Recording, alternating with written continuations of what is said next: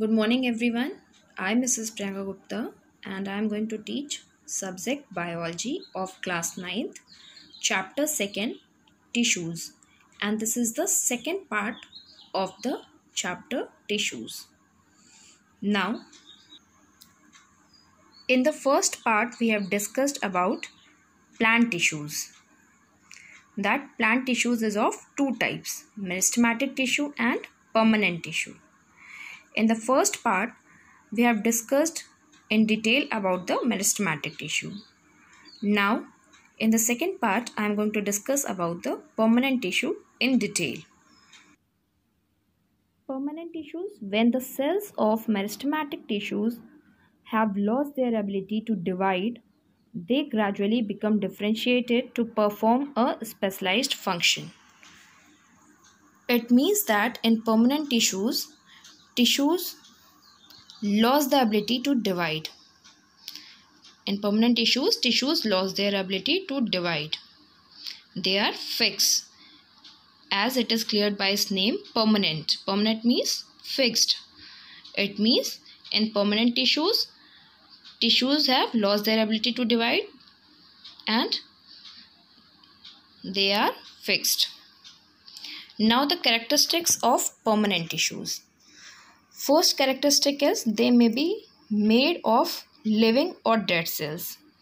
It means permanent tissues are made of both living as well as dead cells. Second, cell wall may be thick or thin. Cell wall means outer covering of the cell. It may be thick or thin. It depends. Now the third is large vacuole is seen in the cytoplasm. Cytoplasm is a dense semi-solid material that is present inside the cell. So inside the cytoplasm, vacuole is seen. And what is vacuole? Vacuole is a watery substance, transparent watery substance, and it is seen in large size. Fourth point, cells generally do not divide. In permanent cells, they have lost their ability of division. That's why they do not divide. Now the last point is permanent tissues are permanently placed at a fixed position. As its name clears, permanent, it means tissues in permanent tissues are permanently fixed at one place. They does not divide themselves. Now I am going to discuss the structure and main parts of a permanent tissue. Now with the help of a diagram. Suppose this is the permanent tissue, and permanent tissue is divided into three parts. If we'll talk about the permanent tissue, it is further divided into three parts. First is the simple permanent tissue, second is the complex permanent tissue, and third is the protective tissue. Now if we'll further talk about the simple permanent tissue, again it is divided into three parts. First is the parenchyma, second is the collenchyma, and third is the sclerenchyma. Simple permanent tissue is divided into three parts: parenchyma, collenchyma, and sclerenchyma. And further, sclerenchyma divides into two parts. First is the fibers and second is the sclerates.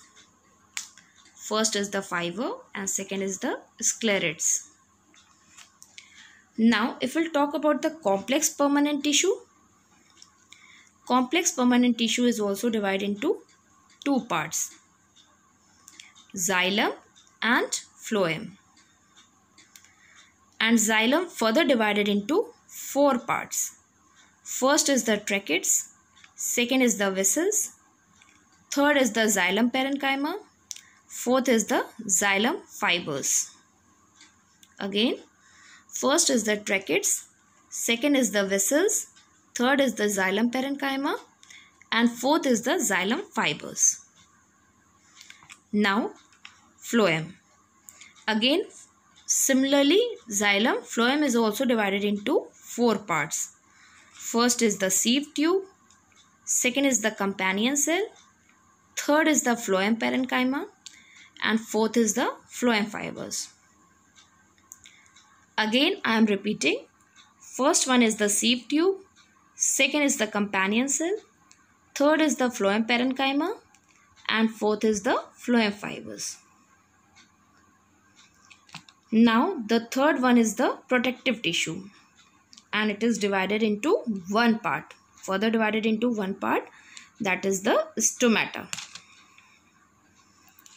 Hope this diagram is clear to you all.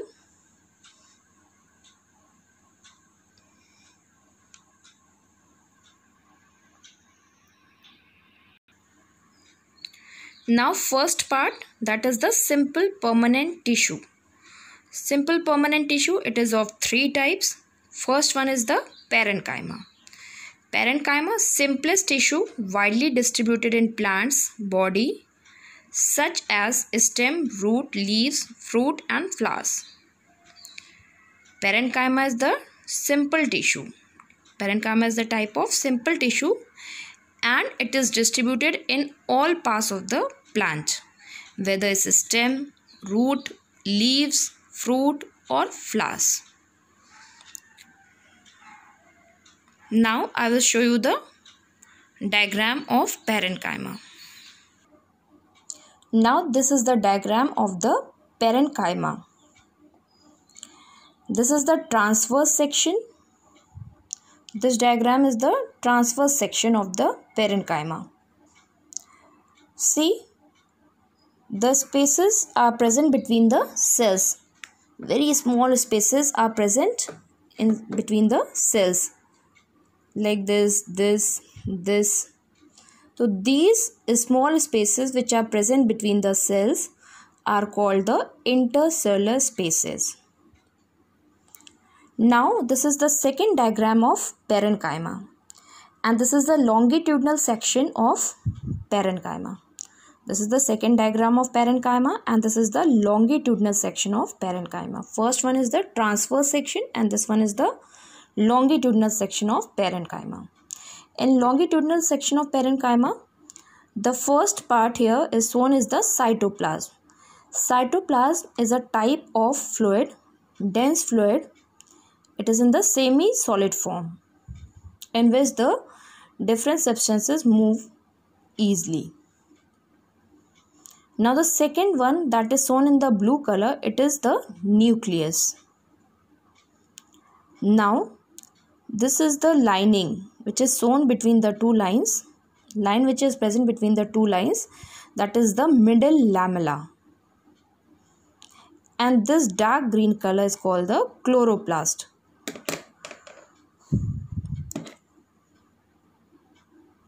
Chloroplast is the type of pigment by which the plants are seen in green color. It is a type of pigment. If chloroplasts are absent, then those plants we won't be able to see in green color. Those plants will be in brown or in some other color. So these are the chloroplasts. These are the pigment of chlorophyll. Now this is the vacuole. This transparent space is called the vacuole. Vacuole is generally present in the plant cells and it is absent in the animal cells. And this is the vacuole and this is in the watery form and it is in transparent and it is in transparent in color. Now the next is the intercellular space. The space which is present between the middle lamella and the next part of the tissue, the space which is present in between one cell to the other cell, this space is called the intercellular space. Now this is the primary cell wall. Primary cell wall means the outer part of the cell, that is called the cell wall or basically the primary cell wall, which restricts the substances to move in of the cell and move out of the cell. Hope this much is clear to you all. Now the second part of the simple permanent tissue is the collenchyma. What is collenchyma? It is a soft lining tissue which provides flexibility to soft aerial plant parts such as leaves, stem, etc. Now what is collenchyma? Collenchyma provides the flexibility to the very soft and aerial parts of the plant like leaves, stems, so that they can be easily stand straight. Now I will show you the diagram of the collenchyma. This is the structure of the collenchyma and this is the transverse section of the collenchyma. In transverse section of the collenchyma, the outer lining is the cell wall, means the outer membrane of the cell, and this white part is the vacuole. It is a watery substance, watery transparent substance that is generally present in the plant cells, and this blue color shown is the nucleus. Nucleus is present inside the cell, and this is the part which is shown in red color, that is the wall thickenings. Wall thickenings means it provides the flexibility to the wall, thickening to the wall, so that the wall won't get ruptured. Now this is the longitudinal section of the collenchyma. In this, it is shown the end wall. End wall means here the cell wall is end. Now the primary cell wall, this is the primary cell wall and it is thick at the corners. Then this green color, this is the chloroplast. Then this blue color, this is the nucleus. Then this white color substance, this is the vacuole. Then this green color substance is the cytoplasm. Cytoplasm is a semi-solid liquid which is found inside the cell. And this is the space between the two cells which is provided, that is the intercellular space. Hope this much is clear to you. Now the third part of the simple permanent tissue is sclerenchyma. Sclerenchyma consists of thick walled dead cells with a narrow lumen. And sclerenchyma is divided into two parts. First is the fibers made of long thin spindle shaped cells ranging in length from 550 mm. Then next is sclerids. Sclerids are short and thick lignified walls. Now I'll show you the diagram of sclerenchyma.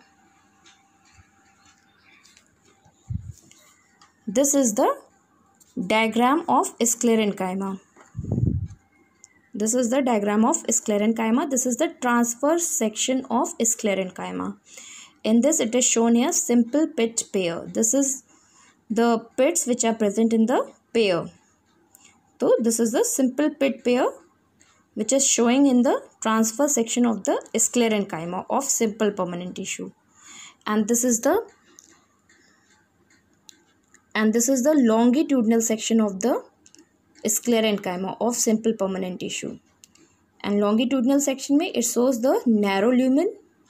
Narrow lumen means at the end it is narrow and in the middle it is a little bit thick. So this is a narrow lumen and with a lignified wall. Lignified wall means this is the thick wall. It acts as a barrier so that the substance won't get easily to pass in or out of the cell. Hope this much is clear to you all. Now we will discuss the complex permanent tissues in the next part of the video. Thank you and have a nice day.